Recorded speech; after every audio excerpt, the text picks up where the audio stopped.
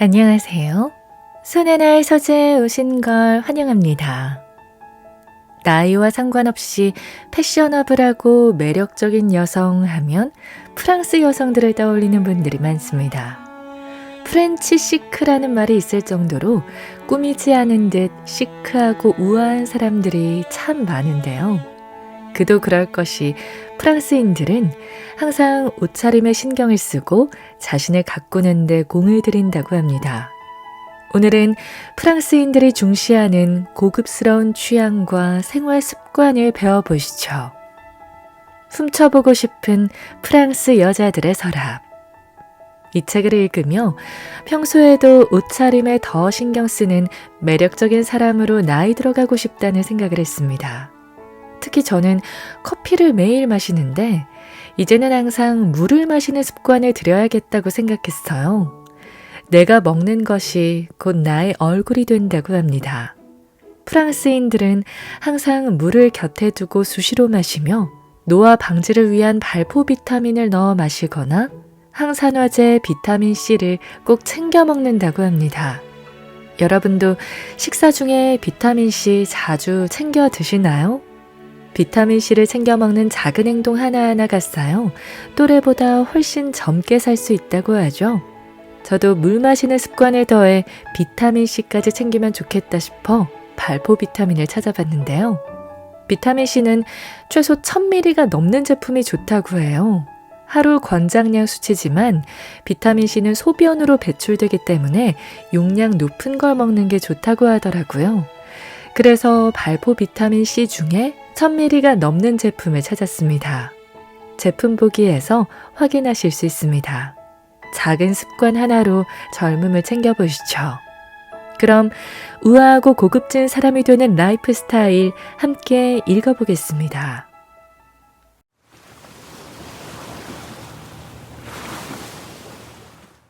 때로는 절제하고 때로는 훈련하며 친구들과 샴페인이나 차를 홀짝이며 얘기하다 보면 젊었을 때는 뭐든 다 쉬웠는데 그때는 그걸 몰랐다는 이야기를 가끔 하게 된다. 이젠 이걸 발라야 한다. 저걸 마셔야 한다. 선크림 바르는 걸 잊으면 안 된다. 너무 많이 먹지 마라. 그래, 와인 한 잔 더 마시는 것쯤은 괜찮다.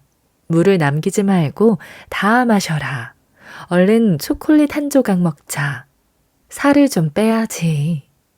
다들 젊을 때 하던 대로 똑같이 하고 있지만 나이 들면서 꼭 해야 하는 일들이 몇 가지 더 늘었다고 말한다. 문제는 환경적인 요소, 호르몬의 변화, 인생이 우리에게 던지는 이런저런 어려움들 때문에 그런 일을 하는 게 전보다 더 힘들어질 수 있다는 것이다. 내가 인터뷰한 영양학자는 폐경기가 되면 매일 먹던 양에서 250칼로리를 줄여야 체중을 유지할 수 있다고 말했다. 프랑스 여자들이 그런 사소한 정보에 불안해할까? 아니, 그렇지 않다. 물론 작은 노력들이 전보다 더 중요해지긴 하지만 그렇다고 해서 옷을 입고 외출하는 일이 전보다 더 즐거워지는 것은 아니다. 그들은 평생 꾸준히 훈련해왔다. 이제 와서 멈출 이유가 무엇이겠는가? 모든 것은 절제와 훈련으로부터 시작한다. 절제와 훈련을 기반으로 해서 모든 결과가 만들어진다. 절제와 훈련이라는 말이 짜증스럽다거나 불쾌한 개념이라는 식으로는 단 한순간도 생각하지 마라. 전혀 그렇지 않다. 운명이 어떤 장난을 치건 절제와 훈련은 여자에게 삶을 완벽히 통제할 수 있는 힘을 부여해 준다. 프랑스 여자들은 자신을 위해 쓰는 시간을 아까워하지 않는다. 안으로는 지성을 채우고 삶에 대한 호기심을 확장시켜 나가면서 겉으로는 자신의 외모를 돌보고 가꾸는 것을 그들은 큰 기쁨으로 여긴다. 이것은 대단히 프랑스적인 사고방식이고 얼마든지 할 수 있는 일이다. 그에 비해 우리는 자신의 안팎을 가다듬는 일을 꽤나 부담스러워하고 자주 짐스럽게 여기는 것 같아. 그것이 주는 즐거움을 놓치고 있다. 내가 이곳에 살면서 프랑스 친구들과 지인들을 지켜본 결과 난 그게 별로 어렵지 않다는 것을 배웠다. 의외로 정말 쉬울 수 있다. 솔직히 발톱 손질을 하고 얼굴 마사지를 받고 머리를 멋지게 자르고 좋아하는 향수를 뿌리고 아주 예쁜 속옷을 입었을 때 기분이 한결 나아지지 않는가? 프랑스 여자들은 이 본질을 이해하고 있다. 자신을 돌보는 과정이 우리가 프랑스 여자들에게 감탄에 맞지 않는 그 자신감을 형성해주는 기반이다. 당신의 머릿속에는 이미 이런 질문들이 떠오를 것이다. 그러려면 시간이 많이 걸릴 텐데 내게 그런 것까지 할 여력이 되나? 물론 할 수 있다. 다만 처음에는 새로운 방식들을 일상에 엮어넣어 그게 습관이 될 때까지 시간을 쪼개서 일정을 짜야 할 것이다. 그것을 의무가 아닌 즐거움으로 생각하라. 누가 뭐래도 당신은 그 정도 자기 관리를 받을 자격이 충분하다. 보상은 아마 즉각적으로 느껴질 것이다. 한 달이 채 지나지 않아 당신의 피부는 더 젊어 보일 것이다. 멋지게 재단장한 머리가 일주일 내내 아침마다 난리치던 당신의 소중한 몇 분을 아껴줄 것이다. 다양하게 매치해 입을 수 있는 우아한 옷들로 옷장을 채워놓으면 시간을 절약할 수 있을 뿐 아니라 뭘 입을지 몰라 허둥대지 않아도 된다. 그럼 결국에는 새로운 자신감이 샘솟게 된다. 프랑스 여자들은 잘 먹고 술을 적게 마신다. 피부, 헤어, 바디 케어를 위해 매일 필요한 시간을 낸다. 아침마다 화장하는 것은 귀찮은 일이 아니라 즐거운 의식이 될 수 있다. 마찬가지로 피부 관리도 귀찮은 잡일이 될 필요는 없다. 이런 매일매일의 관리가 하루를 긍정적인 느낌으로 시작하는데 아주 중요하고 큰 도움이 된다. 그건 여자가 자신에게 할 수 있는 최고의 투자다.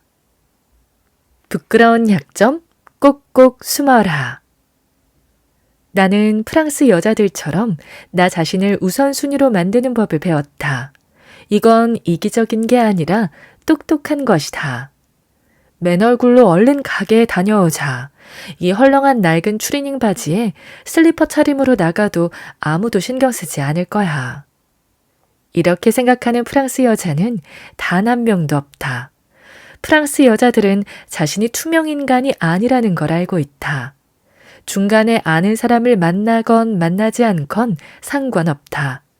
자신의 외모에 무관심하기에는 자존심과 자긍심이 너무나 크다. 실제로 내게 화장기 없는 얼굴로는 수도 계량기 보러 온 남자한테도 문을 열어주지 않는다고 고백했던 여자도 있었다. 그녀는 이렇게 말했다. 집에 아무도 없는 것 같으면 다음에 다시 오겠지요. 코코 샤넬이 했던 말이 생각난다. 어떻게 여자가 자신을 꾸미지 않고 집을 나설 수 있는지 난 이해가 안 된다. 단순히 예의상으로라도 그래서는 안 된다.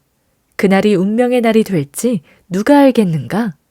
혹시 모를 운명을 위해 가능한 한 예쁜 모습을 갖추는 게 최선이다. 정말 맞는 말이다. 제정신 박힌 프랑스 여자라면 남편이나 동료에게 내 엉덩이가 큰 것 같아? 또는 요즘 살찐 거 티나? 따위의 질문은 하지 않을 것이다. 나의 프랑스 친구 안느 프랑스와즈는 말했다. 아무도 눈치 못 채고 있는데 나서서 굳이 자신의 단점을 지적할 필요가 있어? 그건 미친 짓이야. 안 그래? 젊었을 때는 손바닥만한 비키니 팬티에 얇디 얇은 실크 브래지어 차림으로 남편 앞에서 뛰어다녔어. 모든 게 완벽하고 탱탱했기 때문이지. 지금도 날씬하긴 하지만 아이를 6이나 낳았고 많은 시간이 흘렀잖아. 그러니 내 몸이 예전 같진 않아. 하지만 남편한테 그걸 콕 짚어서 확인시켜주고 싶지는 않아. 요즘엔 포장이 좀 달라졌어. 실크 속옷, 레이스 사각 팬티, 앞여밈 없이 흐르듯 몸을 감싸는 기모노, 그리고 각선미를 살려주는 하이힐, 이런 식으로 말이야. 남편은 그저 내 취향이 달라졌나 보다 생각할 뿐이야. 생각이 조금이라도 있는 여자라면 자기 남자한테 매력 없는 점을 숨기려고 발버둥 친다는 느낌을 주고 싶겠어? 프랑스 여자들은 자신의 장점을 잘 알고 약점을 숨긴다. 친한 친구들 이외에 다른 누구한테도 자신의 두려움이나 실패나 결함에 대해 절대로 말하지 않는다. 미국인들은 아직 친하지도 않은 사람한테 너무 빨리 모든 것을 말해버리는 경향이 있다. 어쩌면 호감을 사기 위한 행동일지도 모른다. 그러다 가끔씩 그런 경솔함과 자제력 부족을 후회하게 되는 일이 생긴다. 프랑스 여자들은 상대방에게 애써 호감을 사려 하지 않는다. 그들은 호감 사는 일에는 별 관심이 없다. 오히려 약간의 신비가 마력이 될 수 있다는 것을 안다. 프랑스 여자들처럼 시크해지는 법. 첫째, 자세. 서 있을 때나 걸을 때나 앉아 있을 때나 머리를 높이 들고 어깨는 항상 뒤로 보내라. 몸에 라인이 생기고 옷태가 난다. 겉으로 보이는 모습이나 심리적으로나 마법과 같은 효과가 나타날 테니 두고 보라. 둘째, 과하지 않게. 어찌됐건 자연스러운 게 최고로 아름답다. 최소한의 화장, 움직일 때마다 찰랑거리는 머리 등 차분하고 침착한 분위기를 해치는 과하게 꾸미거나 고정시킨 게 없어야 한다. 옷과 액세서리도 마찬가지다.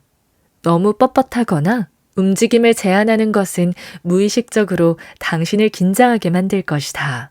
게다가 촌스러워 보인다. 셋째, 관리.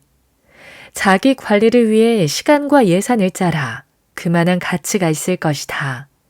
당신에게 최고의 투자는 당신 자신이다. 이것은 당신을 자극하려고 하는 말이 아니라 투자 비법이다. 자신에게 그렇게 해주는 것은 당연한 의무다. 넷째, 쓸데없이 걱정하지 마라. 마음에 안 드는 점을 자산으로 바꾸는 법을 배워라. 과거에 연연하지 말고 앞으로 나아가라. 집착하지 마라. 당신은 이제 어른이다. 사소한 것들에 대해 걱정해봤자 주름살만 늘 뿐이다. 다섯째, 당신은 유일무이한 존재다.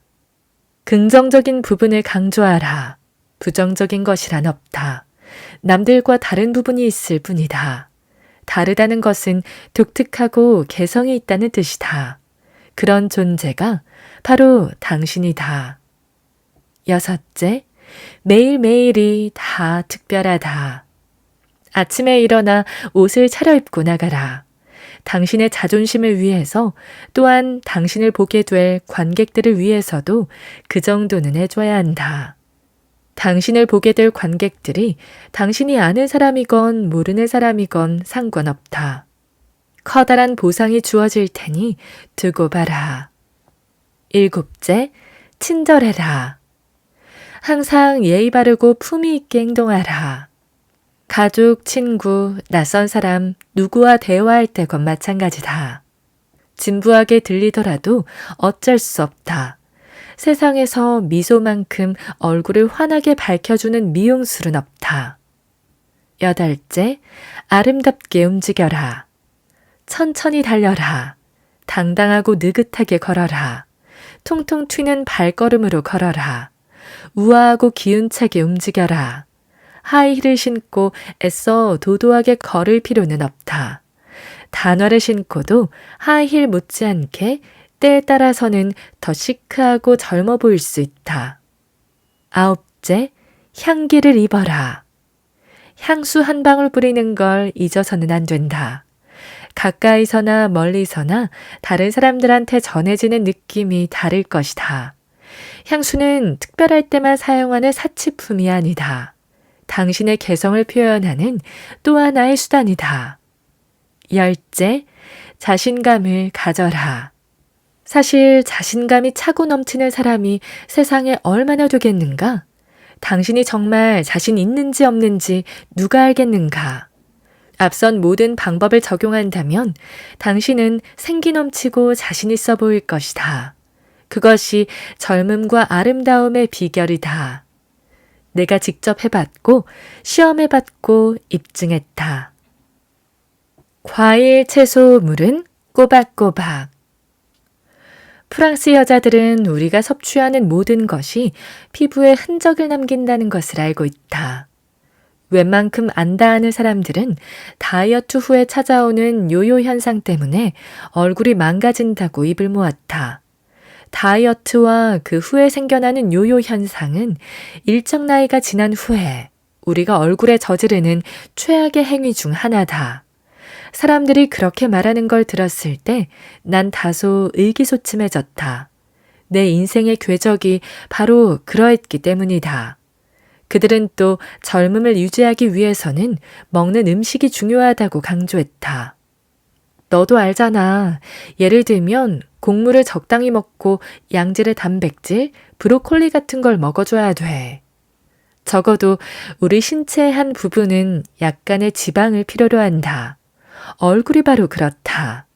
엉덩이 4kg에 얼굴 10년이라는 프랑스 속담도 있듯이 살이 붙으면 젊어 보이는 것은 분명 맞는 말이다.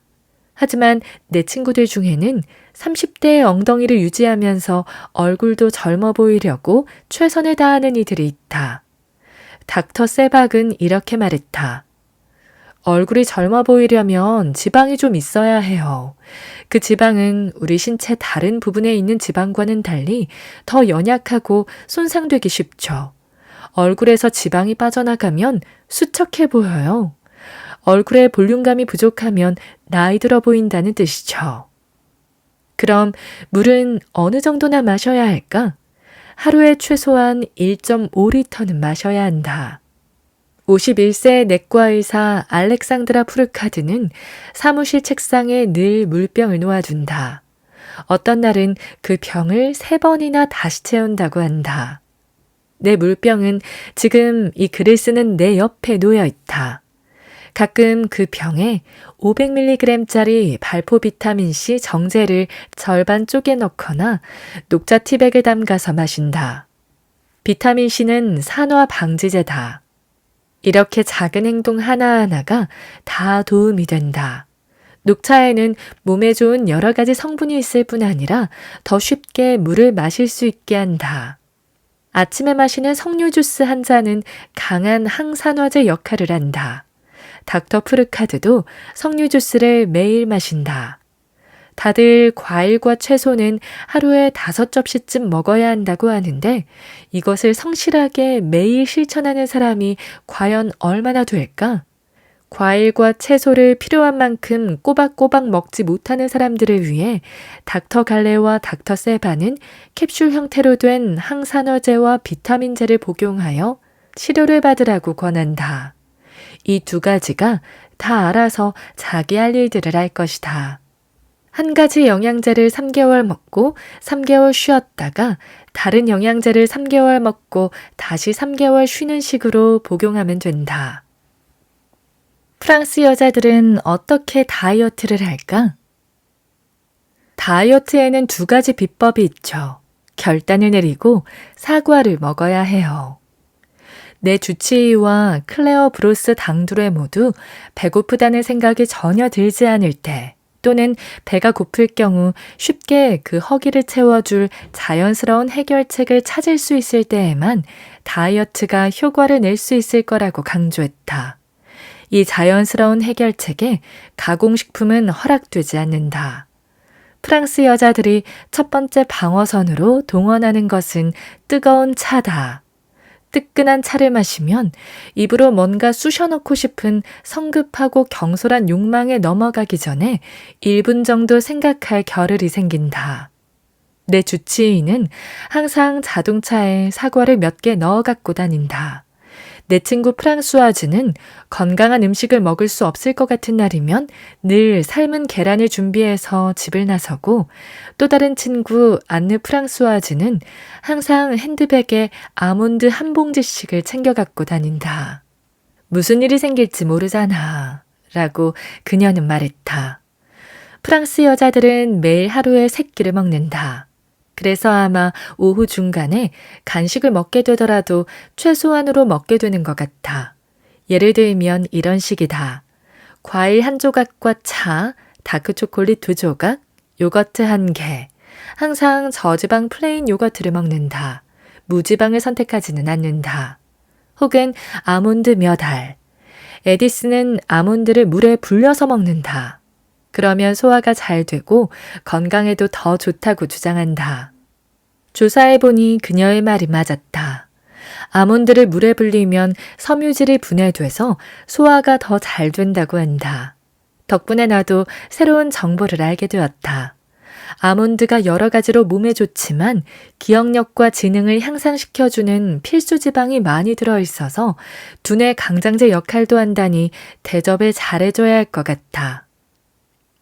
아몬드 불리기. 첫째, 일반 무염. 소금기 없는 것이어야 한다. 생 아몬드를 깨끗한 물에 씻은 다음 물을 뺀다. 둘째, 아몬드를 그릇에 담고 아몬드가 잠길 정도로 물을 넉넉히 붓는다. 아몬드와 물의 비율을 1대2 정도로 하면 된다. 셋째, 천으로 그릇을 덮는다. 아몬드가 숨을 쉬어야 하니까. 넷째, 8시간에서 10시간쯤 천을 덮은 상태로 실온에 놓아둔다. 물을 빼고 헹군 다음 먹는다. 프랑스 여자들이 항상 시크하고 여성스럽고 자신감 있고 편안해 보이는 이유는 무엇일까? 그들의 옷장 속엔 뭐가 다른 것일까? 구할 수 있는 옷이야 그들이나 우리나 다를 바가 없을 텐데 어째서인지 우리는 그들처럼 자연스럽게 무덤덤한 효과를 내지 못하는 것 같아. 왜 그런 것일까? 그러던 어느 날 문득 깨달음의 순간이 왔다. 프랑스 여자들은 보이는 것을 좋아한다. 대부분의 사람들은 관찰당하는 것을 불편해한다. 옷맵시나 스타일에 관해 칭찬을 듣거나 감탄의 시선을 받는 것은 기분 좋은 일이지만 평가의 대상으로서 무대에 오를 준비는 사실 돼 있지 않다. 그런데 프랑스 여자들은 다르다. 그들은 자신이 관찰의 대상이 되리라는 것을 안다. 그 사실을 편안하게 받아들이고 거기에 맞게 준비한다. 운동복이나 박스형 프린트 티셔츠, 화장기 하나 없이 머리를 질끈 묶고 나가도 남들 눈에 띄지 않을 거라고 생각하지만 그런 행색으로 동네를 돌아다니거나 식료품 가게, 쇼핑몰, 여행지를 가면 자신의 평판을 스스로 깎아내리는 거다. 옷을 제대로 갖춰 입고 나가야 존중받을 수 있고 자신감을 전달할 수 있다. 대화할 때나 인터뷰를 할 때, 누군가를 처음 만날 때 우리가 선택하는 단어들은 우리의 느낌, 성격, 지성, 기분 등 다양한 측면들을 드러내고 전달한다. 당연히 우리가 입는 옷도 알게 모르게 우리의 의도를 드러내게 된다. 패션은 결코 사소한 게 아니다. 우리가 어떤 사람인지를 보여주는 피할 수 없는 일부분이다. 우리가 선택하는 옷들이 즉각적인 메시지를 전달하게 된다는 얘기다. 내가 그 사람을 다음에 다시 만날 일이 있건 없건 그건 상관이 없다. 내 평판은 나에게 중요한 것이다. 자연스럽고 당당하게 프랑스 여자니까. 아마 당신은 이런 생각을 하고 있을 것이다. 그래, 자연스럽고 당당할 수 있으면 좋지. 하지만 그걸 어떻게 한다는 거야? 입을 게 하나도 없다는 생각과 함께 공포가 밀려드는 순간을 경험해 봤을 것이다. 이런 상황에서 벗어날 수 있는 간단한 프랑스 비법이 있다. 이 비법은 몇 가지 기본에서 시작된다. 우선 적절한 태도를 갖춰야 한다. 그러려면 자신에 대해 알고 인식해야 한다. 몸과 마음을 연결시켜야 한다. 너 자신을 알라. 프랑스 여자들은 이를 본능적으로 이해하고 있다. 자신의 몸을 솔직하게 평가하고 거기에 맞게 옷을 입지 않는다면 멋진 스타일을 구현한다는 건 이룰 수 없는 꿈일 것이다. 이미 오래전 에픽테토스라는 사람은 세월이 흘러도 변함없이 시크할 수 있는 단 하나의 비밀을 알려주었다. 우선 자신을 알고 거기에 맞게 자신을 장식하라. 자신을 알고 자신에 맞게 장식하면 무심한 듯 시크한 자신감이 발산될 수 있다. 프랑스 여자들은 그런 식으로 옷을 입는다. 프랑스 여자들이 나이보다 더 젊어 보이는 이유 중 하나는 그들이 움직이는 방식에 있다. 그들은 앉을 때나 설 때나 좋은 자세를 유지한다. 그리고 남자와 산책하거나 친한 친구와 얘기하면서 걷는 게 아닌 한 걷는다기보다 천천히 달리는 것처럼 성큼성큼 움직이는 경향이 있다. 어깨를 뒤로 펴고 고개를 세우고 머리를 자유롭게 날리며 커다란 가방에 연연하지 않고 자연스럽게 팔을 흔들며 무언가 목적이 있는 사람처럼 단호하게 걸어나간다. 마치 모험을 향해 나아가고 있는 것 같은 인상을 주면서 말이다. 그런 자세와 힘찬 걸음걸이는 그녀의 옷차림을 더 말쑥하고 맵시 있어 보이게 한다. 프랑스 여자들이 얼마나 자연스러워 보이는 것에 집착하는지를 고려한다면 또 다른 요소들도 파악할 수 있을 것이다. 그들은 화장하고 옷을 차려입는데 전혀 시간이 걸리지 않았다고 이야기할 것이다. 침대를 빠져나와 샤워하고 화장하고 옷을 입기까지 30분 정도로 충분했다고 주장할 것이다. 그 자연스럽고 시크한 모습을 연출하기 위해서 법석을 떨었다거나 옷장 앞에서 이걸 입을지 저걸 입을지 고민했다고는 절대로 인정하지 않을 것이다. 이건 믿을 수 있다. 30분 안에 그 모든 일을 다 해냈다는 것은 믿기 힘들지만. 안녕하세요. 손하나의 서재에 오신 걸 환영합니다. 삶이 어렵게 느껴지고 인생의 방향 전환이 필요할 때 누구나 살면서 이런 때가 반드시 옵니다. 여러분들은 이런 시기를 어떻게 보내시나요? 저 같은 경우에는 주변인들에게 상담을 나누기보다 책에서 해답을 얻는 경우가 많습니다. 내 주변 사람들은 결국 나와 비슷한 사람들인데다 뾰족한 해결책이 없기는 마찬가지거든요. 그런데 책을 통해서는 과거와 현재를 막론하고 이 시대의 현자들을 만날 수가 있습니다. 오늘은 여러분들이 살면서 허무한 순간을 마주칠 때 길이 되어줄 책을 가져왔습니다. 마음 가는 대로 해라. 제목이 너무 멋지죠? 이 책의 저자는 세계적으로 유명한 베스트셀러 작가이자 사파를 그리는 카툰니스트입니다.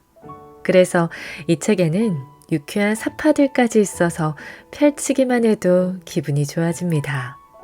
저자는 제목처럼 마음대로 살면서 성공과 행복을 이루는 10계명을 소개하는데요. 저는 이 가운데 부자가 되는 부의 법칙을 읽어드리려고 합니다. 최고를 고집하면 결국 최고가 된다. 부자가 되려면 호사를 누려라. 이런 인상 깊은 핵심 가치를 전합니다. 이것 외에도 삶에 집착하지 말 것, 삶에 맞서 싸우지 말 것 등의 지혜를 쉽게 풀어서 쓴 책이니 꼭 한번 읽어보셨으면 합니다. 그럼 여러분들이 마음 가는 대로 하시길 바라며 함께 읽어보시죠.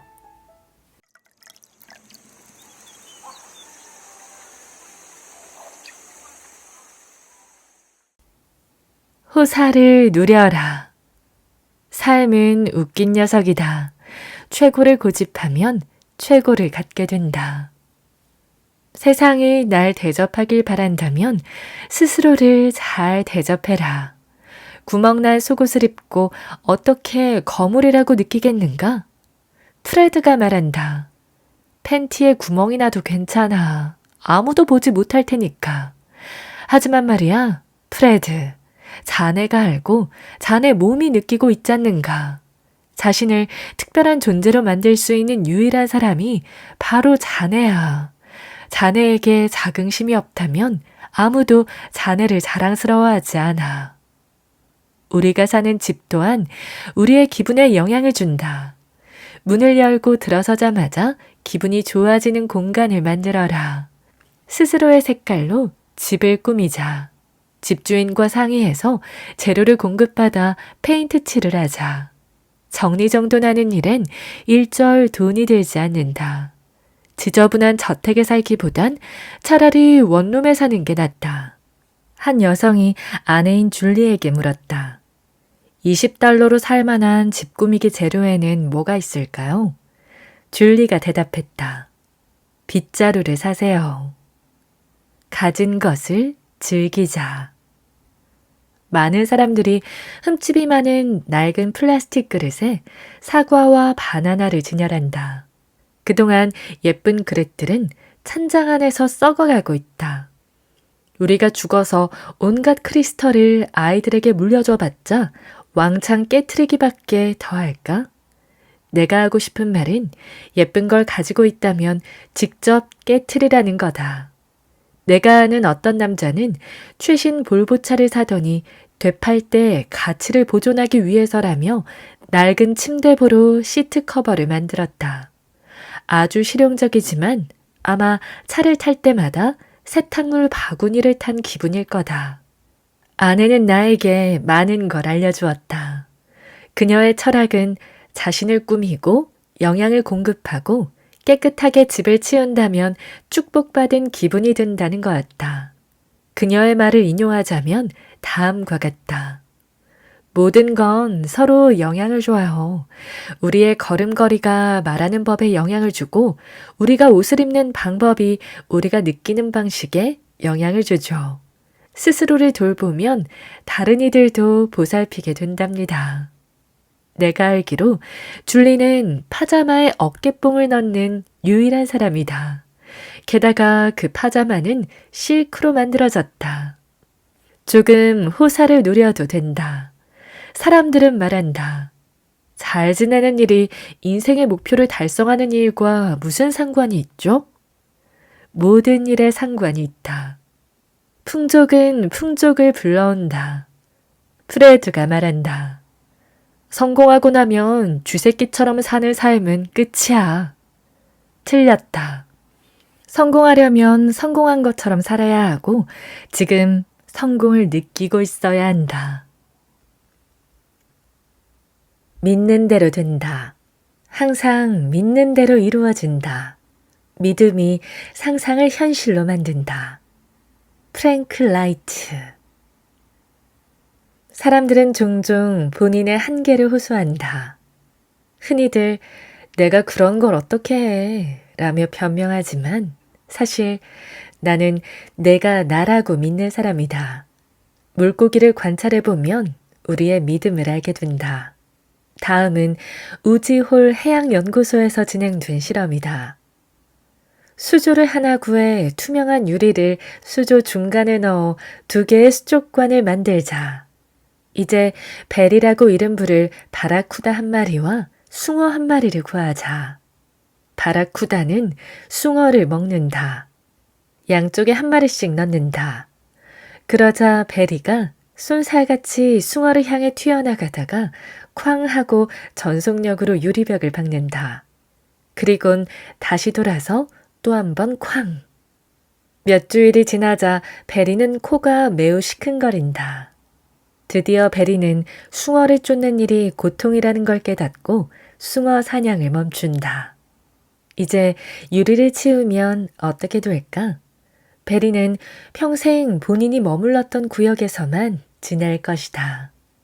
숭어가 바로 제 눈앞에서 헤엄치고 있는데도 기꺼이 굶어 죽는다. 한계를 깨달은 베리는 거기서 헤어나오려 하지 않는다. 베리의 이야기가 안타깝게 느껴지는가? 사실 이건 우리 이야기다.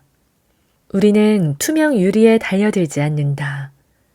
우리는 우리가 어디에 맞는지, 무엇을 할 수 있는지를 알려줄 선생님, 부모님, 친구들에게 달려간다.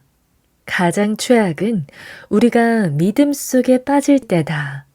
믿음에 근거하여 경계선을 긋고 그걸 지키겠다며 자신의 영역 밖으로 나가려 하지 않는다.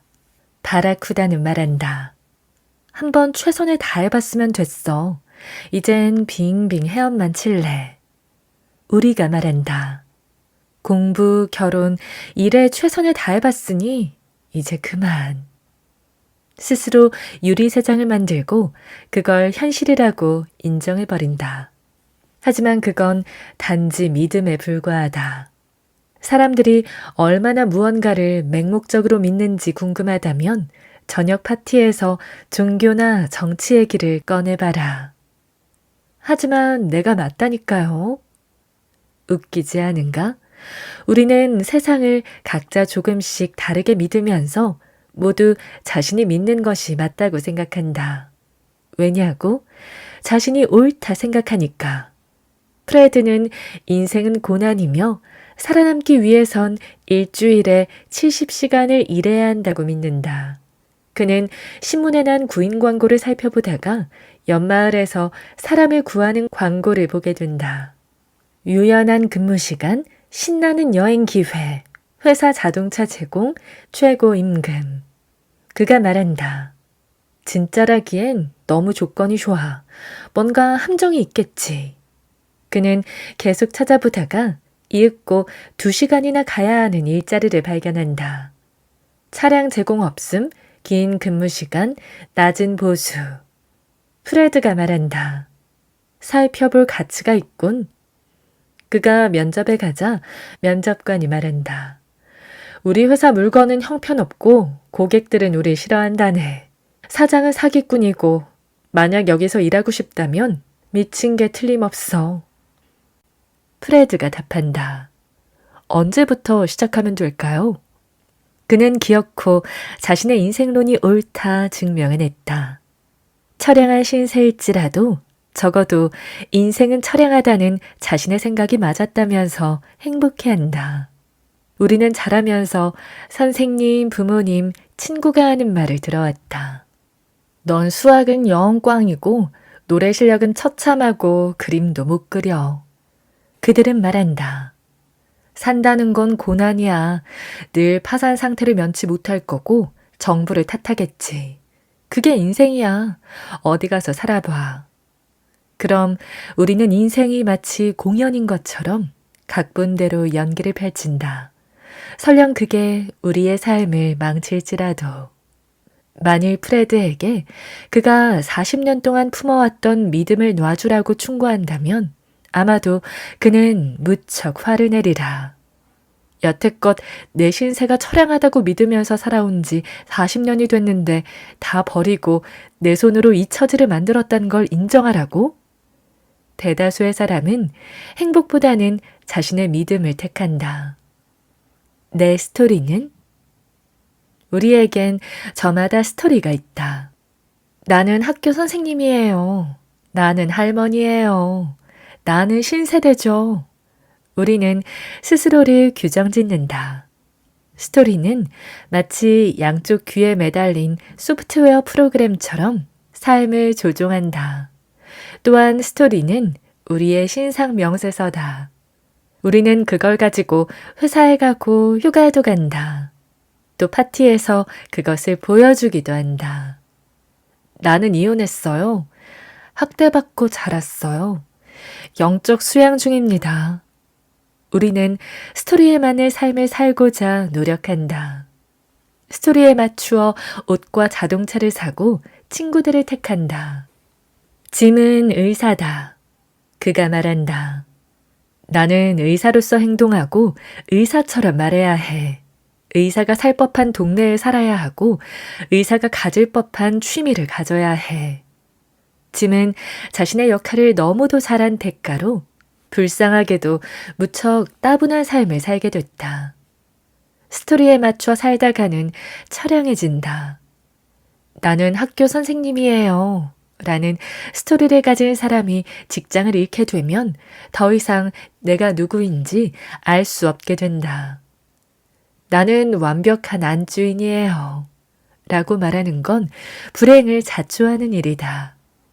이웃이 저녁을 먹으러 왔을 때 전부 타버린 당근을 대접해야 한다면 절망에 빠질 테니까. 중대한 사실을 고지하겠다. 우리는 스토리에 얽매이지 않아도 된다. 어차피 아무도 신경 쓰지 않는다. 우리는 상자나 틀에 박힌 존재가 아니다. 일련의 경험을 해나가는 인간이다. 스토리에 질질 끌려다니는 걸 멈추고 나면 더 이상 정해진 역할을 찾으려고 두리번거리지 않아도 된다. 이 글을 쓰면서 스웨덴 친구인 아나와 페르에릭이 떠올랐다. 70대 후반 혹은 80대 초반이지만 그들은 여전히 세계를 여행한다. 페르에릭은 손자의 롤러브레이드를 타고 인터넷 서핑을 한다. 아나는 새벽 4시까지 춤추기를 좋아한다. 그들에겐 스토리가 없는 대신 자유가 있을 뿐이다. 다음과 같은 이야기를 들어본 적 있는가? 나는 매우 중요한 인물이니까 사람들은 날 그만큼 대접해줘야 해.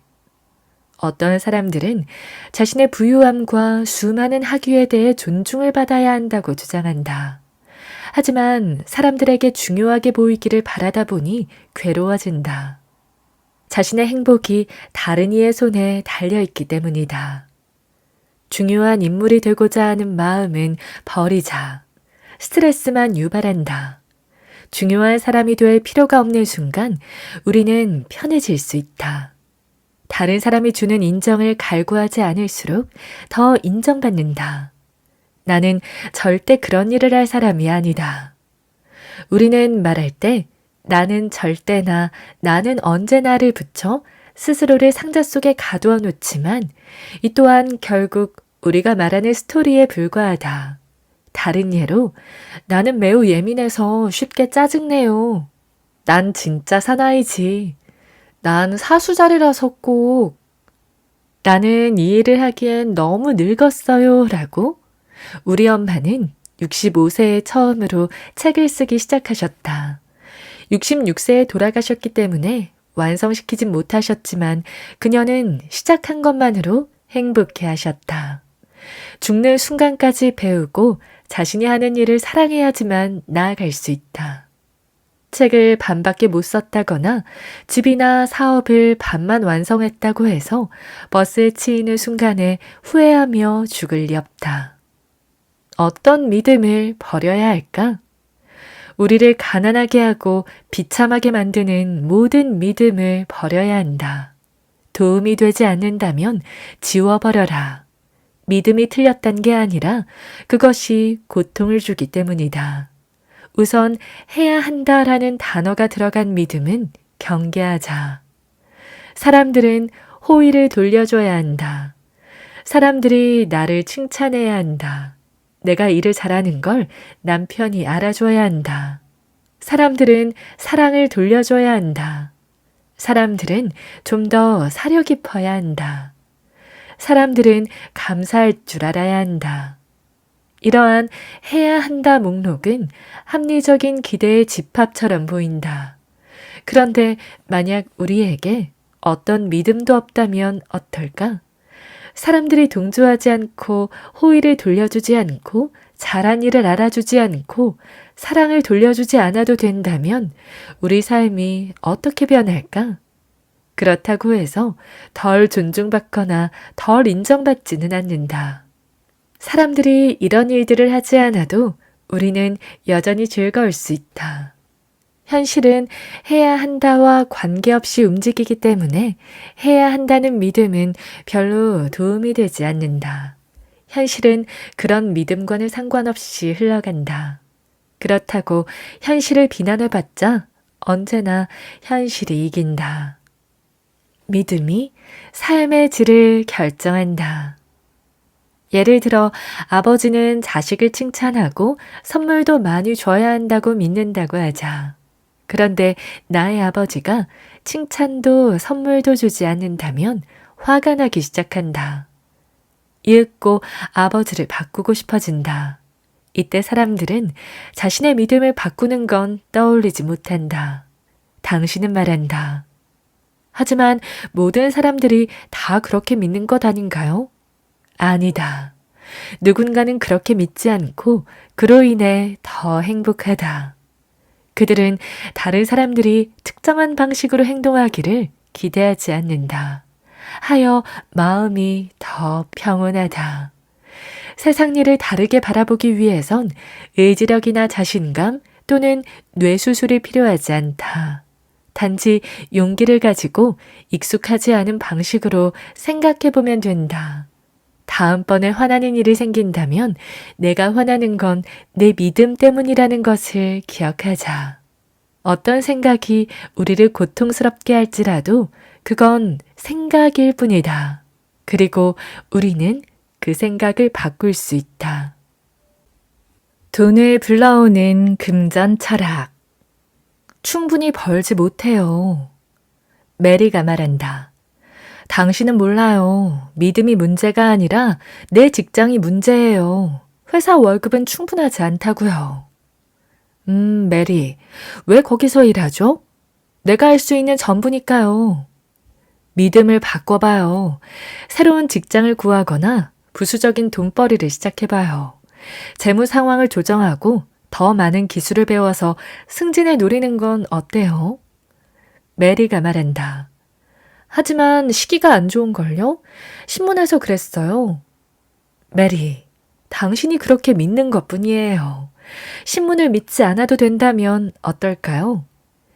이웃이나 신문이 무슨 소리를 하건 스스로 기준을 세우고 따르다 보면 성공할 수 있다. 월급이 정해져 있는걸요? 월급을 받건 안 받건 믿음이 성공을 만든다. 같은 회사에 다니고 같은 월급을 받는 8명의 사람들이 있다. 어떤 이는 자산을 만들고 잘 사는 한편 다른 사람들은 고작 샌드위치를 사 먹을 때도 은행에서 돈을 빌려야 한다. 차이점은 그들이 버는 돈이 아니라 돈에 관한 믿음에 있다. 내게 필요한 만큼의 돈이 없거나 돈을 잃고 있다면 거기엔 이유가 있다. 그 이유는 외부가 아니라 내부에 있다. 복권 당첨자들은 믿음이 어떻게 성공을 좌우하는지 보여주는 확실한 증거다. 우리는 돈이 많은 문제를 해결해 줄 거라고 생각한다. 하지만 많은 복권 당첨자들은 수표를 받기 전보다 뜻밖의 횡재가 있은 지 2년 후 더 많은 빚더미에 올라앉는다. 왜일까? 나는 언제나 파산 상태야. 라고 말하는 믿음이 100만 달러를 순식간에 압도하기 때문이다. 호주 브리즈번에 있을 때 TV에서 복권에 2번이나 당첨된 사람을 봤다. 그가 인터뷰에서 말했다. 당장 보조금에 기대어 사는지라 130만 달러를 요긴하게 쓰겠습니다. 그는 무려 2년 전에 첫 번째 복권에 당첨됐었다. 통장 잔고는 언제나 믿음과 일치한다. 우리가 그리는 이미지가 통장 잔고와 맞지 않는다면 통장 잔고를 고치는 편이 쉽다. 다시 말하지만 우리의 삶을 변화시키는 건 외부적인 요인이 아니라 우리의 생각이다. 파산 상태의 장점. 자신이 왜 빈털터리인지 의아해하는 사람들은 결코 이 질문은 하지 않는다. 파산 상태라서 좋은 점이 뭘까? 빈털터리여서 이득인 점들도 있다. 신을 느낄 수 있어요. 가난한 자에게 복이 있나니. 신은 날 사랑하시죠. 무리에 소속되어 있어요. 가난하다면 친구들에게 죄책감을 느낄 필요가 없죠. 동정을 받을 거예요. 자신을 훈련할 필요가 없다. 습관을 바꾸지 않아도 된다. 무엇보다 좋은 점은 다른 사람들과 정부를 욕할 수 있다. 사람들이 솔직했다면 스스로가 빈털터리에 어울린다고 인정할지도 모른다. 그러나 대부분은 가난을 직접 선택했다고 시인하지 않는다. 하지만 제법 그럴듯한 장점 목록처럼 보이지 않는가? 가난을 포함한 모든 일은 인광보다. 부모님의 금전 철학. 부모님께서 종종 이렇게 말씀하시는가? 돈은 벌기 쉽다. 우리는 언제나 금전적으로 여유롭다. 쓴 만큼 더 들어온다. 아니면 이렇게 말씀하시는가? 돈은 악의 근원이다. 우린 그럴 여유가 없어. 나무에서 돈이 열리는 줄 알아? 후자의 말이 더 익숙하게 들린다면 부모님의 금전 감각을 물려받고 현실에서 그들과 같은 고난을 떠안고 있을 것이다. 돈을 편안하게 생각해라. 대부분의 사람들은 섹스보다 돈에 대해 더 부끄러워한다. 어떤 사람들에게 돈을 주기란 정말로 어렵다. 그들은 펄쩍 뛴다. 아냐, 정말 됐어. 필요 없어. 빵과 물만 먹고 산다고 알고 있어서 돈을 건넨 건데도 그들은 돌변하면서 당황하고 수치스러워한다. 돈은 필요 없어. 괜찮아. 어떤 사람들은 돈에 대해 말하는 것조차 힘들어한다. 일주일치 급여를 친구한테 빌려줘 놓고선 필요할 때 돌려달라고 말하지 못한다. 있잖아. 기억하니? 중요한 건 아닌데 내가 필요하다는 게 아니라 상관은 없지만 혹시 어떻게 말해야 되지? 그냥 궁금해서 물어보는 건데 깔끔하게 물어볼 수 있는데도 말이다. 내 돈 돌려줄래? 직장이나 인간관계가 불편해지면 머지않아 떠나기 마련이다. 돈이 불편하게 느껴져서 돈에 대해 말하는 것조차 떨리고 잘 받아들일 수 없다면 돈 역시 떠나갈 것이다. 이건 의식적으로 이루어지는 일이 아니라 무의식적으로 일어난다. 우리는 서툰 일을 회피하기 마련이다. 내가 많이 가지면 다른 사람들이 가질 게 없다? 가장 어리석은 생각이다. 많은 이들이 자라면서 이렇게 믿어왔다. 내가 부자가 되면 다른 사람들은 고통받겠지? 누가 그런 생각을 퍼뜨리는 줄 아는가? 바로 가지지 못한 자들이다.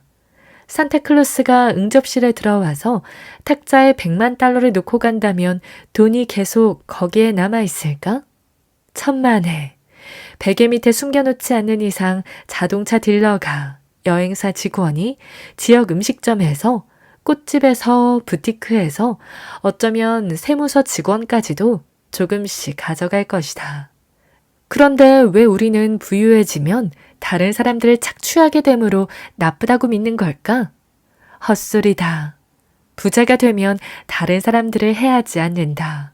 오히려 그들을 도와줄 수 있다.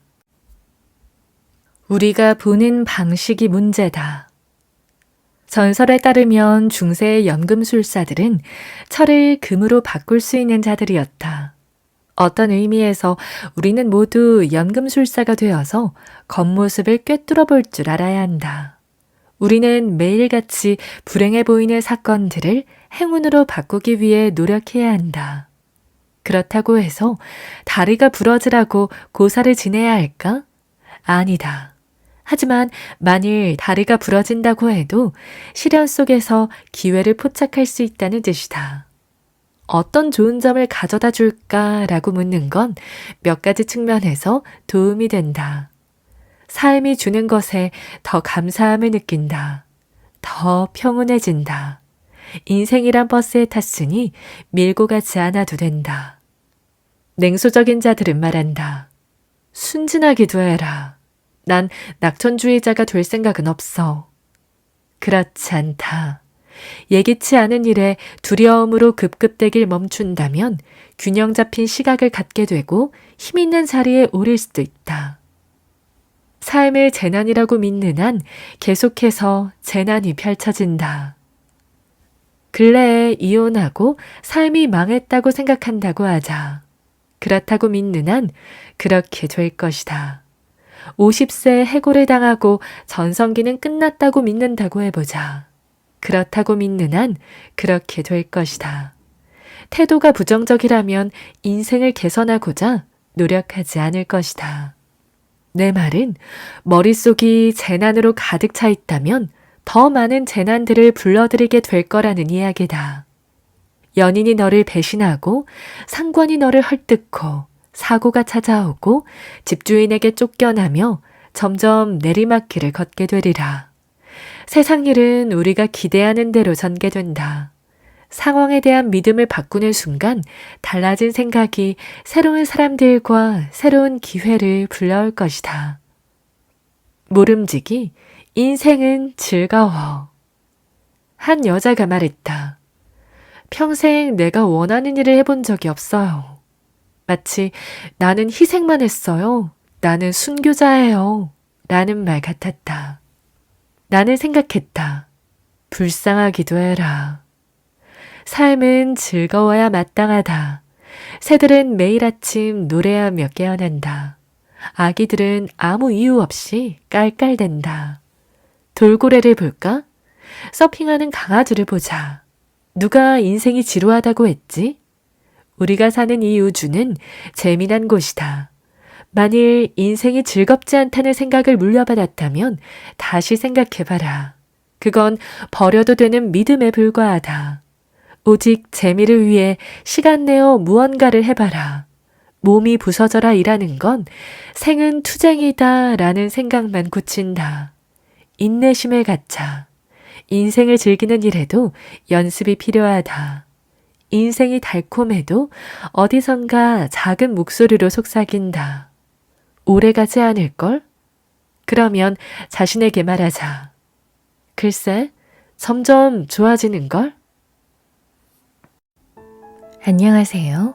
소년아의 서재에 오신 걸 환영합니다. 구시화문이라는 고사성어가 있습니다. 입은 재앙의 문이라는 뜻인데요. 그러니까 세상사와 인생사의 모든 화는 입에서 나옴을 뜻합니다. 그만큼 말 한마디가 중요하다는 것이죠. 한마디의 말에 인생의 모든 것이 달려있다고 해도 지나침이 없습니다. 그러니 우리는 한마디 말을 할 때도 반드시 생각을 하고 말해야 합니다. 오늘은 이 말을 어떻게 해야 내 인생이 잘 풀릴 수 있는지 알아보시죠. 나를 잘 되게 하는 말, 나를 망치게 하는 말. 이 책에는 인생을 바꾸는 특별한 말 습관 51가지가 담겨 있습니다. 이 가운데 가장 인상 깊었던 부분을 읽어드릴 건데요. 일상에서 내가 어떤 말을 쓰고 있는지 돌아보시고 오늘 배운 내용을 적용해 보시죠. 정말로 모든 일이 잘 풀리는 기적을 만나실 겁니다.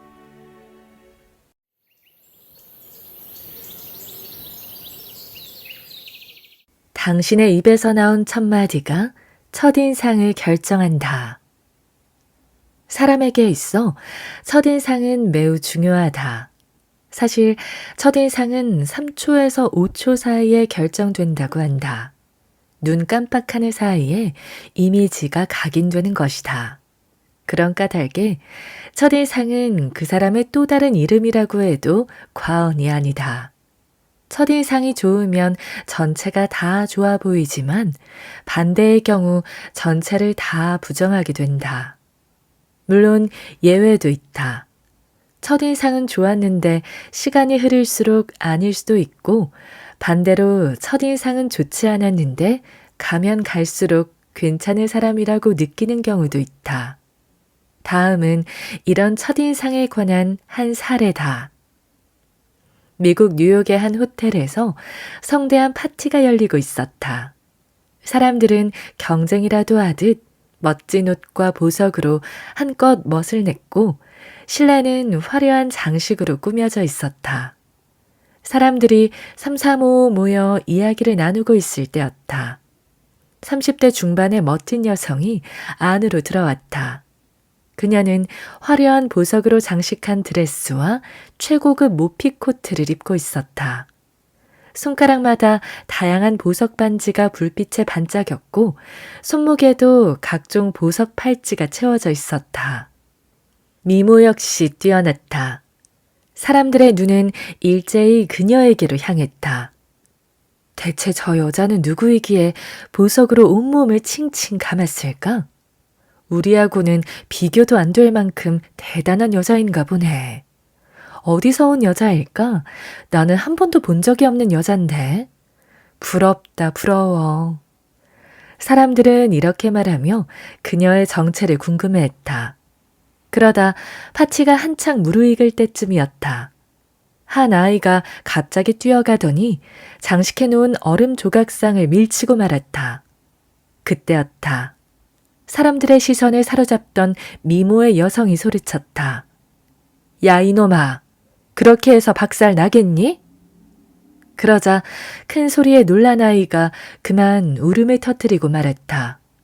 그럼에도 여자는 아랑곳하지 않고 말을 이어갔다. 아니, 뭘 잘했다고 울어? 시끄럽게? 뚝 그치지 못해? 그녀는 놀라서 우는 아이를 달래기는커녕 다시 거친 말을 퍼부었다. 결국 파티장은 소란스러워졌고 사람들은 여자의 태도에 당혹스러워했다. 겉보기에 참으로 멋진 여자 입에서 어떻게 저런 상스러운 말이 나올 수 있을까 두 귀를 의심하며 실망을 감추지 못했다. 생긴 것과는 다르게 완전 거치네요. 그러게 말이에요. 너무 실망스러워요. 겉모습만 보고 부러워했는데 그 말도 취소해야겠어요. 조금 전까지만 해도 그녀를 좋게 보던 사람들도 평가를 다시 내렸다.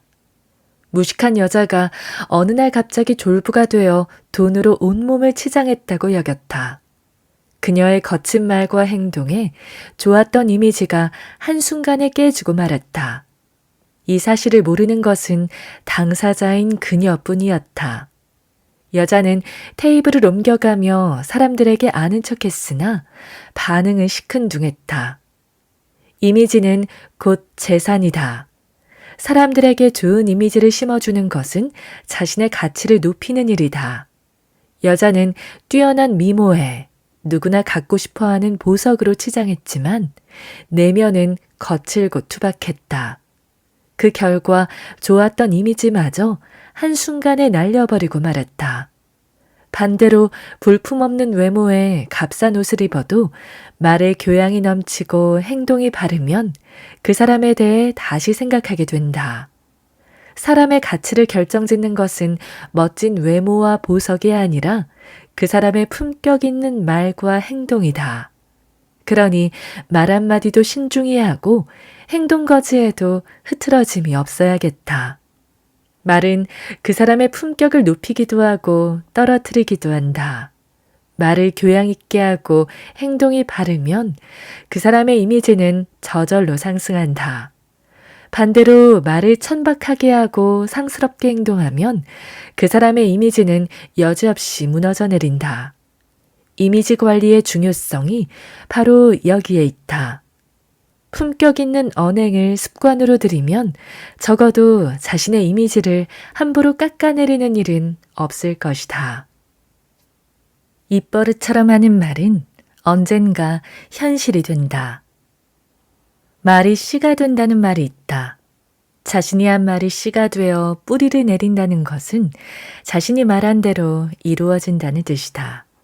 우리가 흔히 하는 말로 입버릇이라는 말과 비슷한 어감이다. 좋은 입버릇은 자신을 행복하게 하지만 나쁜 입버릇은 화를 자초하는 아주 고약한 습관이다. 사람들이 겪는 화 중에 설화는 가장 보편적인 화로서 입을 함부로 놀려 생긴다. 입이 가벼운 사람들이 설화를 많이 겪는 것은 진중하지 못해서다. 입이 무거운 사람은 어떤 경우에도 설화를 겪지 않는다. 입단속을 잘하기 때문이다.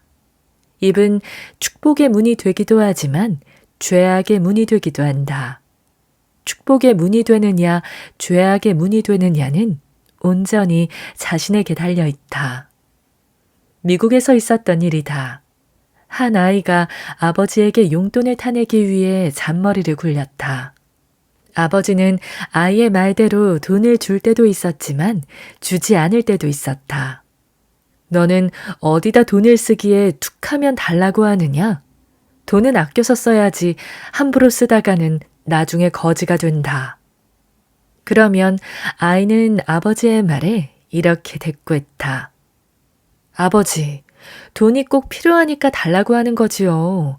당장 돈을 주지 않으시면 저는 죽어버릴지도 몰라요.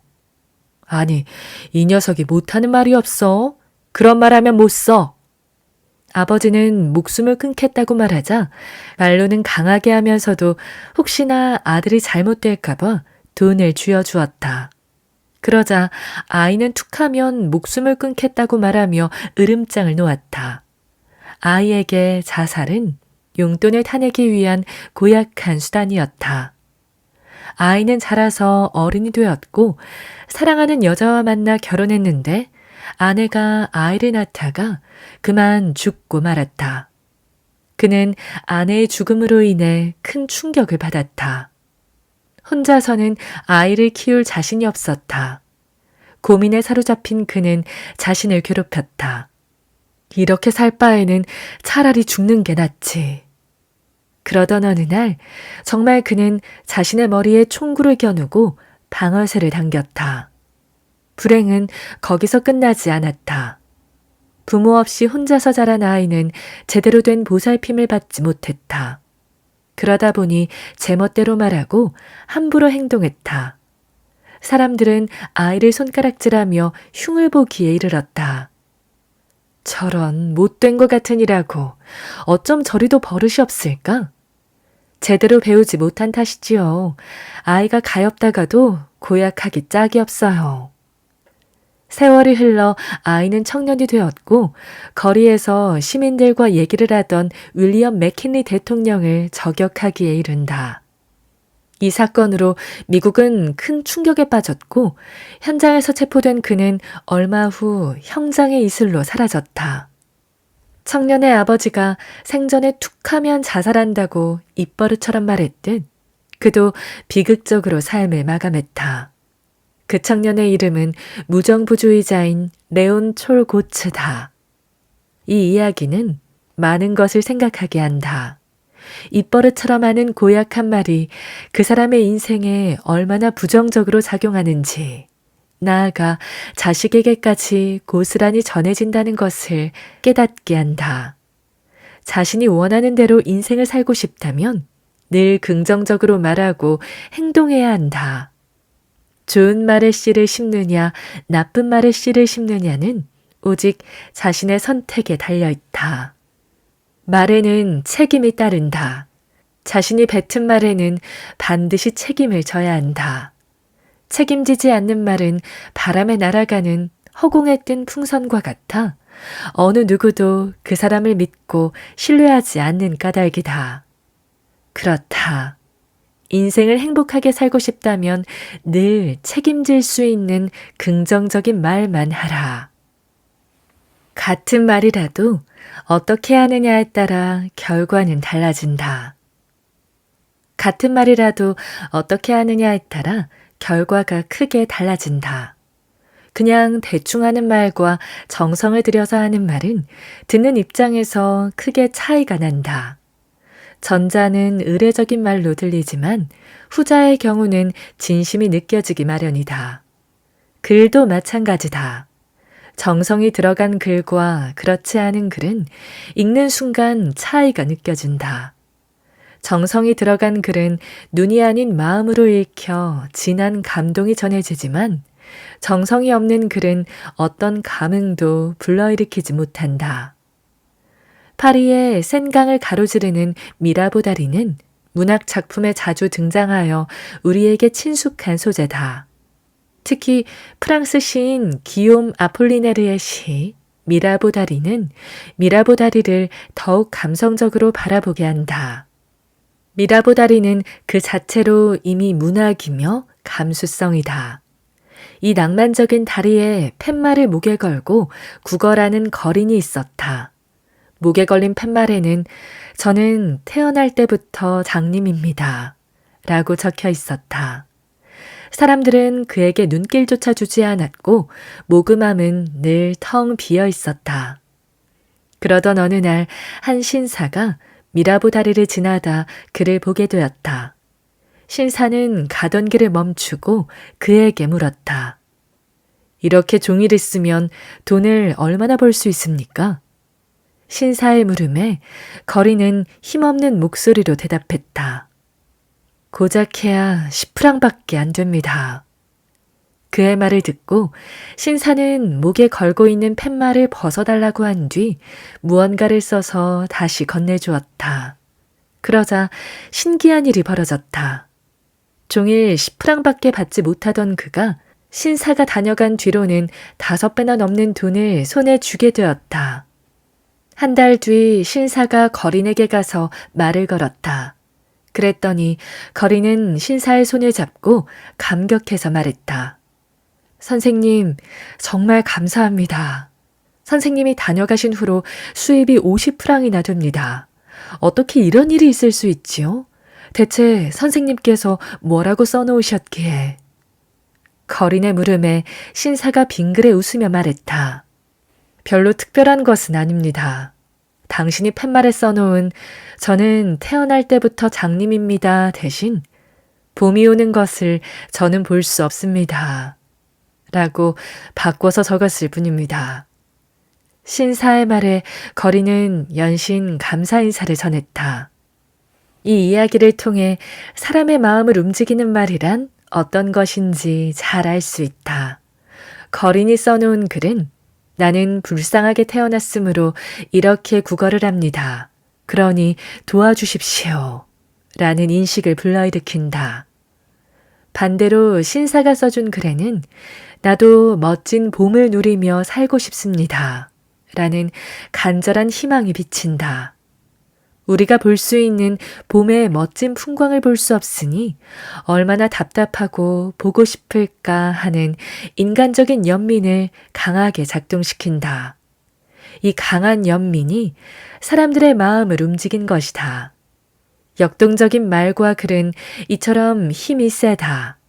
울림이 크고 깊다. 진심을 담아 하는 말과 글은 상대에게 좋은 이미지를 심어준다는 것을 항상 명심해야겠다. 아, 다르고 다르다라는 말이 있다. 같은 말이라도 어떻게 표현하느냐에 따라 갖는 힘이 다르다. 상대에게 주는 이미지도 다르다. 그런 까닭에 생동감 있고 역동적으로 말해야 한다. 그것은 곧 자신에게 있어 긍정적으로 작용함으로써 큰 힘이 되는 까닭이다. 한 사람의 인생을 송두리째 바꾼 말의 힘. 될성 부른 나무는 떡잎부터 다르다는 말이 있다. 잘 되는 사람은 어린 시절부터 남다르다. 예의가 바르고 학업을 게을리하지 않으며 바른 인성을 갖추었다. 좋은 품성과 재능을 잘 살린 덕에 성공한 인물이 되는 것이다. 물론 예외도 있다. 어릴 때는 버릇이 없어 막말을 일삼고 싸움은 기본이요. 남의 물건을 훔치는 것은 예사였지만 좋은 사람과 어울리며 개과천선하여 성공한 인물들도 있다. 될성 부른 나무가 아니라고 손을 놓아버리고 관심을 두지 않는 것은 한 인생의 미래를 방관하는 것이나 마찬가지다. 막말과 거친 행동을 일삼는 사람 마음에게도 선의 에너지는 있는 법이다. 미국 매사추세츠의 어느 마을에 거친 말과 행동으로 사람들에게 낙인 찍힌 소년이 있었다. 이 소년은 입만 열었다 하면 입에 담지 못할 욕이 쏟아져 나왔다. 거친 행동으로 싸움을 밥 먹듯이 하여 학교에서는 이미 문제아로 소문이 나 있었다. 어느 누구도 소년과 함께하기를 거부했다. 교사들도 고개를 흔들며 진저리를 쳤다. 그러던 어느 날 새로운 교사가 부임해 왔다. 동료 교사들로부터 이야기를 전해 들은 그는 자신이 소년을 가르쳐 보겠다고 했다. 그러자 다들 입을 모아 그를 말렸다. 마음은 알겠지만 상처만 입을 거예요. 그러니 그냥 모른 척 하세요. 동료 교사들의 만류에도 불구하고 그는 결심을 굽히지 않았다. 그의 이런 완강한 태도에 동료 교사들은 콧방귀를 뀌며 곧 두 손 두 발 다 들게 될 것이라고 빈정거렸다. 그는 소년을 유심히 관찰하며 서서히 다가갔는데 그럴수록 소년은 완강히 저항했다. 절 좀 그냥 내버려 두세요. 다른 선생님도 처음에는 이렇게 다가왔지만 나중에는 포기하고 저를 벌레 보듯 했다고요. 이처럼 짜증을 내고 막말을 하기에 이르렀다. 그럼에도 그는 소년에게 자신의 관심을 적극 보여주었다. 소년이 부정적인 행동을 보일 때면 왜 이런 고생을 사서 해야 하나 하는 생각도 들었지만 그것도 잠시 곧장 생각을 바꾸었다. 그러던 어느 날 놀라운 일이 생겼다. 소년이 그에게 먼저 말을 걸어온 것이다. 선생님, 선생님께서는 제가 이렇게 함부로 구는데도 왜 저를 포기하지 않으세요? 소년의 말을 듣고 그는 감격해서 대답했다. 그건 말이지. 너는 내 소중한 제자라서 그렇단다. 이 세상에 처음부터 나쁜 사람은 없단다. 너는 누구보다도 잘할 수 있어. 나는 너를 믿는단다.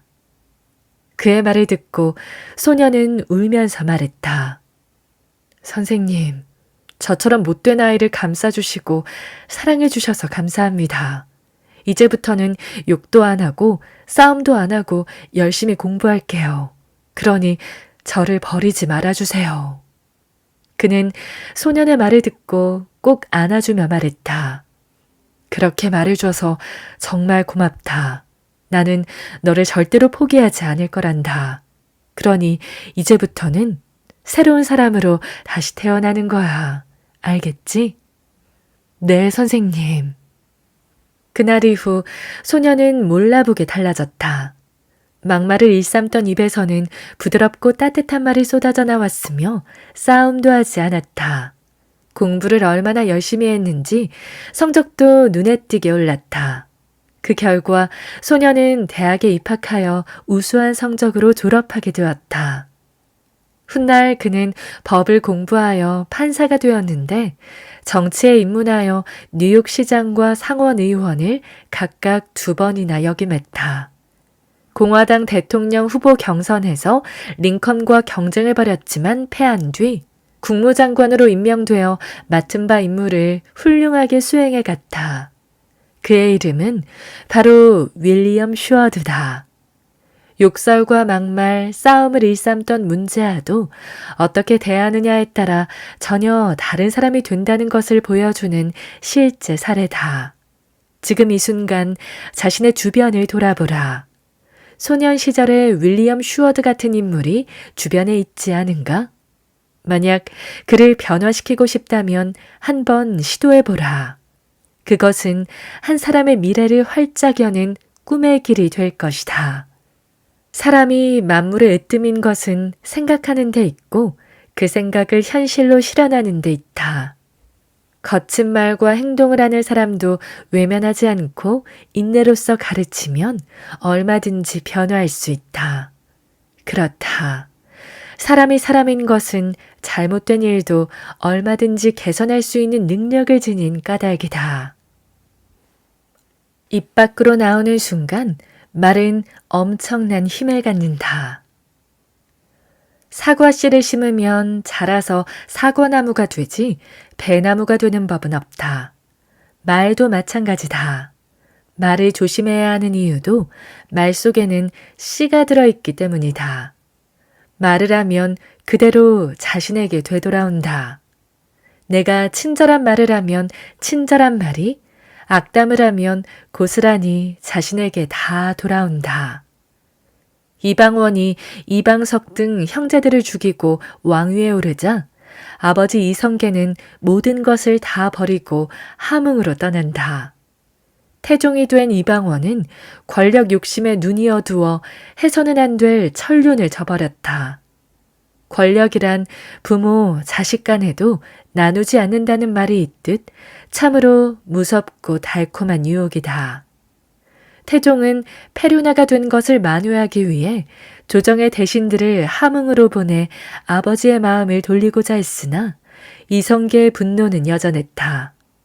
이때 태종의 친구인 성성린이 나서서 말했다. 전하, 소신이 상왕 전하를 찾아뵐까 합니다. 그게 정말인가?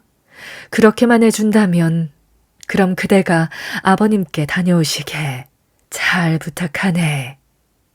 성성린은 베옷을 입고 함흥으로 갔다. 함흥에 도착한 그는 길손처럼 꾸미고 말에서 내려 유숙하는 척했다. 마침 이 광경을 본 이성계가 사람을 보내 누구인지 알아보라고 했다. 이성계가 보낸 사람이 다가와 연유를 묻자 그는 길을 가다 날이 저물어 하룻밤 유숙하려 한다고 답했다. 결국 이성계는 그를 집으로 불러들였고 자신의 계획대로 되어가고 있다는 생각에 성성리는 몰래 미소를 흘렸다. 이성계가 그에게 물었다. 그래, 그대는 어디서 왔는가? 한양에서 왔습니다. 한양에서 왔다는 말에 이성계는 반가워하며 많은 이야기를 나누었는데 말끝에 성성린이 부자 관계는 천륜인데 끊을 수 있겠습니까? 하자 이성계가 대노하여 말했다. 네 이놈, 방원이를 위해 나에게 온 것이냐? 아닙니다. 성성린이 사색이 되어 말했다. 자칫하면 이성계의 칼에 목이 날아갈 판이었다. 이놈이 그래도 거짓을 고해? 이성계의 서슬에 놀란 성성리는 덜덜 떨며 말했다. 맹세코 아닙니다. 만일 소신이 그런 목적으로 왔다면 소신의 자손은 반드시 눈이 멀 것입니다. 성성린의 단호한 말에 이성계는 노여움을 풀었다. 이후 이성계는 아들 방원을 용서하고 가슴에 맺힌 한을 풀었다. 그런데 그 일이 있고 나서 성성린의 아들들은 모두 눈이 멀었다고 한다. 성성린이 다급하여 한 말이 씨가 된 것이다. 이 이야기를 통해 말이란 참으로 무섭다는 것을 새삼 깨닫게 된다. 이처럼 말이란 어떤 상황에서도 함부로 해서는 안 된다. 말은 한 번 입 밖으로 나오면 절대 주워 담을 수 없다. 할 말, 안 할 말을 잘 가려서 하는 것 역시 지혜임을 잊지 말아야겠다. 말은 입 밖으로 나오는 순간 힘을 갖는다. 그 힘을 바로 쓰면 그보다 더 좋은 것이 없겠으나 자칫 잘못 쓰는 날에는 비수의 칼날이 되어 상처를 준다. 그 상처는 목숨을 위태롭게 하기도 하고 비극적인 결말을 맺게 하기도 한다. 말의 힘을 바로 써서 상대에게 힘을 주고 꿈을 주고 용기를 주고 자존감을 세워주는 살아있는 말만 해야 할 것이다.